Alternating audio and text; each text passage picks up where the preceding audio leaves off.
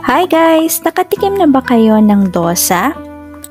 First time ko nga itong nakita sa Lulu Hypermarket na freshly made, kaya na-curious ako kung ano nga bang lasa nito. Kaya eto, napabili na nga ako. Ang dosa ay South Indian cuisine na yung batter niya is made of rice flour. Para itong crepe na crispy siya tapos may veggies on top. Pwede itong kainin as snack pero usually breakfast meal daw ito.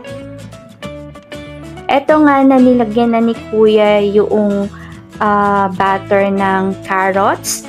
Tapos nilagyan din niya ng onions. Meron din siyang nilagay na tomatoes at saka capsicum or yung bell pepper sa atin. Tapos naglagay din siya ng spices nila na masala. Hindi yun mawawala sa usual Indian dish. And then, naglagay din siya ng cheese on top.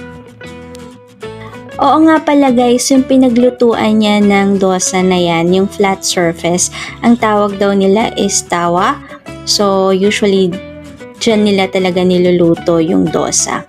And ilang sandali nga lang, ayan, luto na yung ating dosa. Excited na nga akong matikman kasi at this point, yung time na yan, sobrang gutom na rin ako. So, binalot lang ni my friend and then nagbigay din siya ng talawang sauce. And guys, nakuha ko na yung aking order. Try na natin siya. So, ito yung binigay niya na chutney or yung sauce or yung dip na tinatawag nila.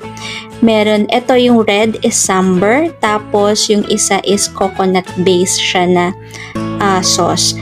Pero mas type ko yung coconut base. Tapos yan lang yung nakain ko guys kasi spicy siya sa akin para sa panlasa ko. Pero rin siya, good for experience.